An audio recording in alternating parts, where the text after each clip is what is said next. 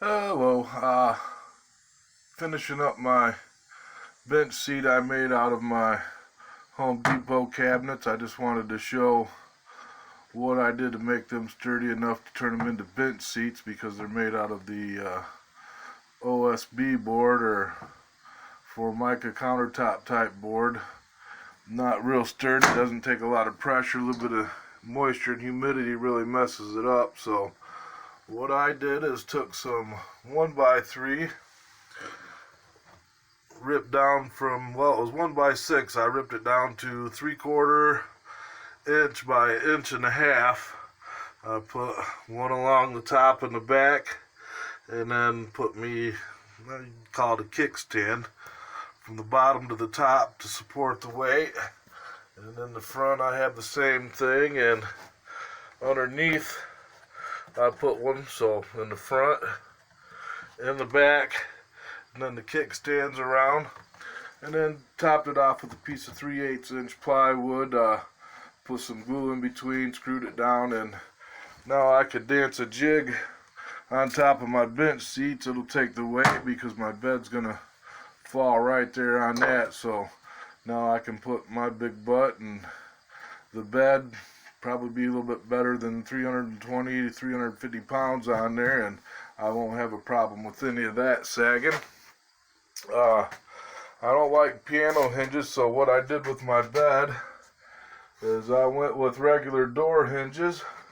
I put them in there, and where the barrel bolt is on it, I traced it out in the bottom there and top here, and I believe that's called a Forstner bit. I put that in my drill and then just routed that back and forth, taking it down so that there's a lip, so now the barrel of the hinges won't keep this a big gap between this and my board I have there for supporting it all. I could have cut this out like your door hinges, but instead what I'm going to do is just in between the hinges I'll have some furring strips stuck in there so that it's all one flat level surface. So in between the three hinges, after I went over it with that bit, I just took my palm sander and sanded it smooth. But in between each one of these will be that furring strip to sit on there so that there won't be any sag in between the hinges. Not that I have to worry about it, but better safe than sorry. The way I made my bed was out of 1x6s, cut them down to size, and to keep them in between the boards, one board sagging and the other one not sagging, I don't have the big table and the tools to drill it and put dowel rods, so what I did is glued a piece of Luan on real good and used staples, made it like a piece of plywood. Now it's sturdy as can be, there's no wiggle in it, so when I lay down on it, it won't bend in between the boards. I have 2 screws in each one of the boards on both sides. I'm not going to fill them in just yet.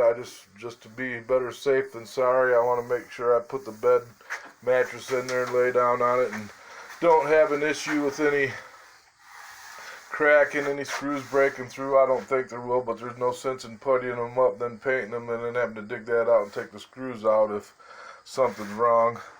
If anything, I might have to glue another piece of I use Luan. I could go with a piece of 1x8 plywood if I wanted something a little thicker.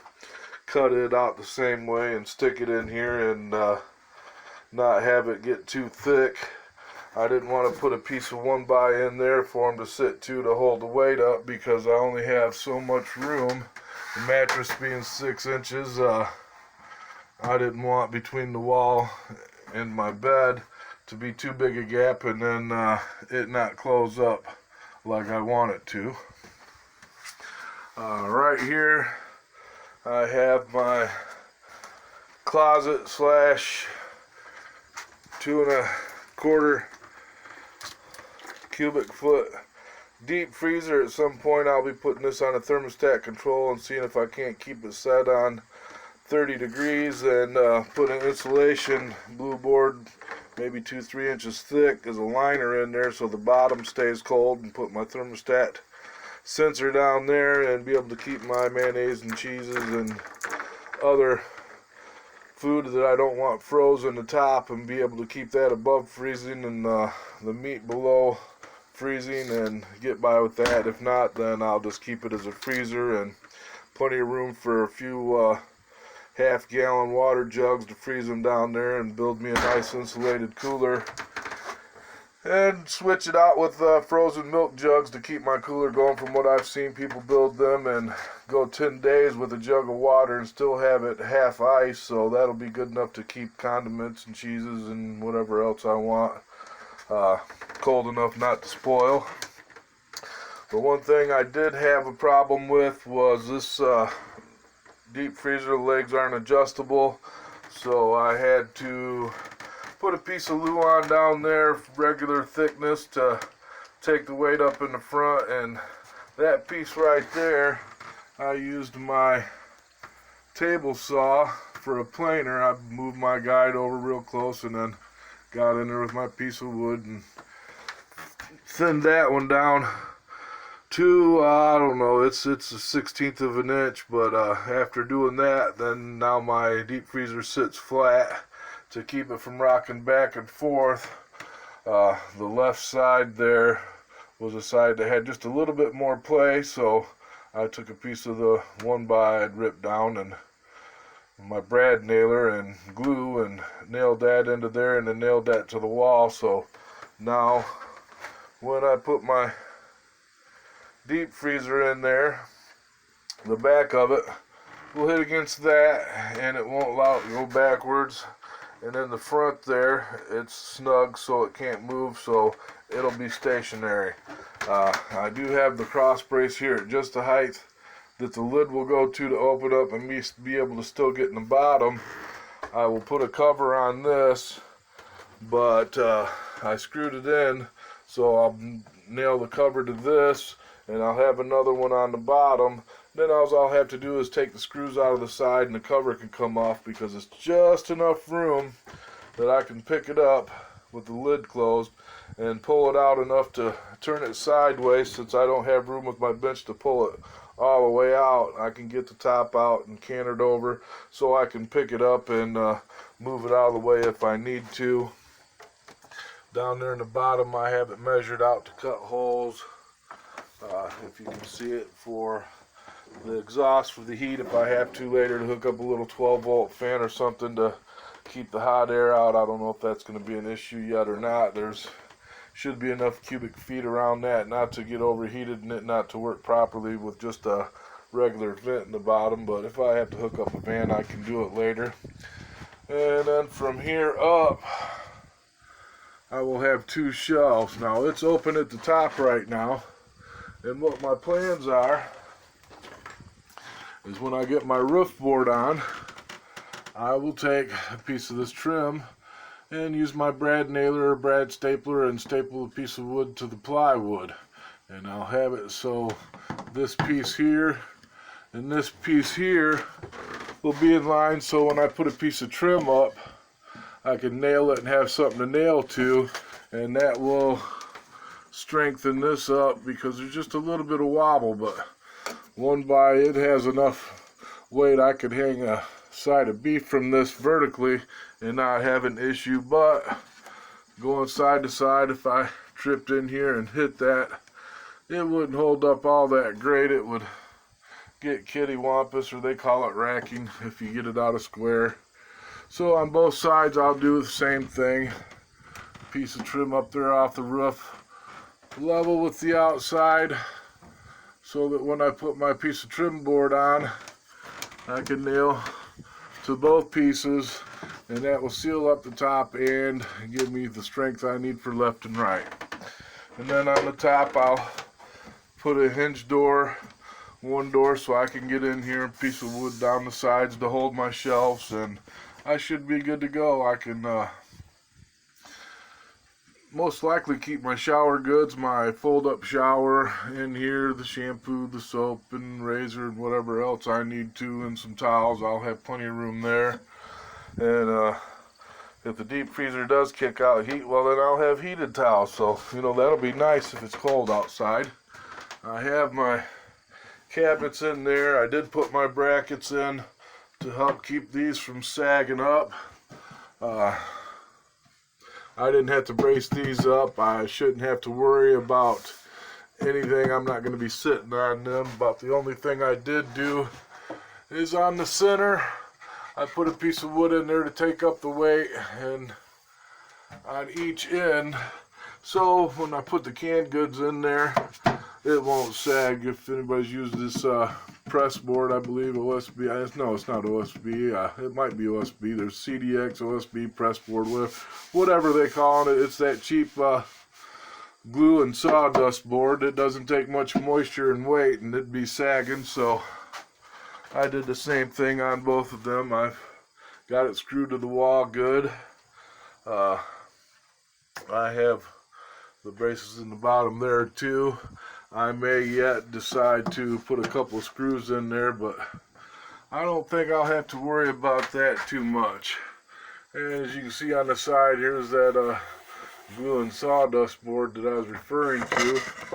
I have my piece of wood cut out there to cap that off. I'm going to stain my cabinets and the Luan that I'm putting on there. I'll stain that, and then everything else I have a nice almond paint for. I will put a piece of plywood on the end here just so there's no problem. Once you put a piece of plywood on here and nail it, that plywood will keep anything from racking and twisting.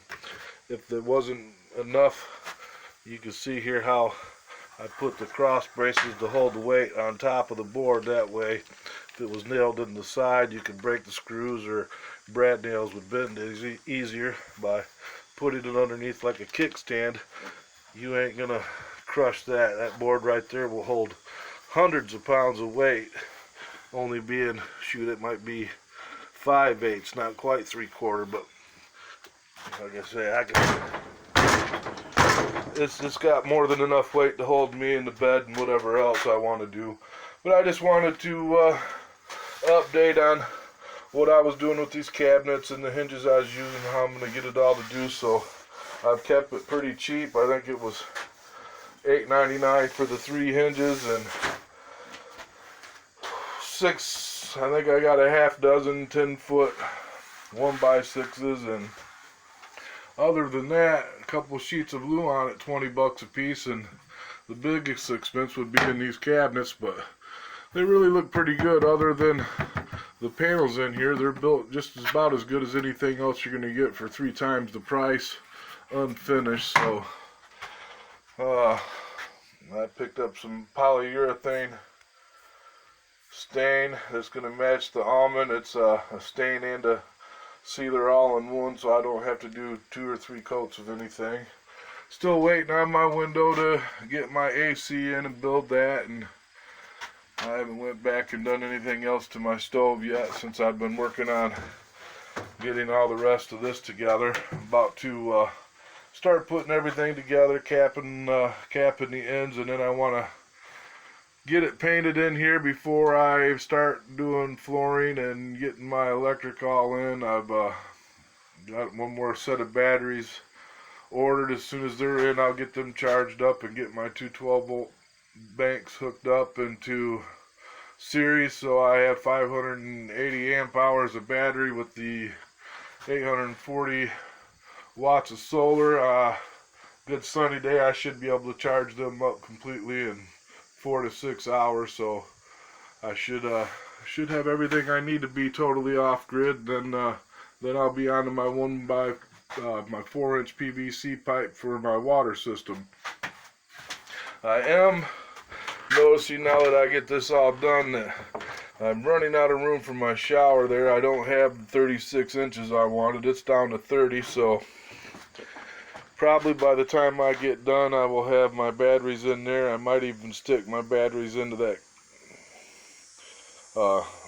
cupboard and get them out of the way and run my wires, and just have my inverter out here and my solar controller. I'm not sure yet. If I do that, then I can put a small shelf, build a small box, stick it over it, something I can hinge and paint up and be kind of waterproof. And then I have this area in here which will be more than enough room for my 36-inch shower, and since it's collapsible I can throw it out, get done with my shower, wrap it up, and stick it back in the closet and get it out of the way. Because by the time I get this deep freezer in here, I didn't want to stick it in front underneath the sink and have to worry about putting it on a slide out since the top opens. But I think I paid I don't know, $170 for that or something like that. And if you're hooked up to house electric, it runs on less than 20 bucks a year. I think it's 17 bucks a year, so you can't beat it as far as economy. I believe it's going to use 35 watts a day, so running it off of solar through my inverter when I put it in, I won't have no issues. I'll still have plenty of power to run my AC, and whatever lights I put in here, they're all going to be LED, so I should have everything I need electric wise. Hope you liked the video. Thanks for watching. God bless.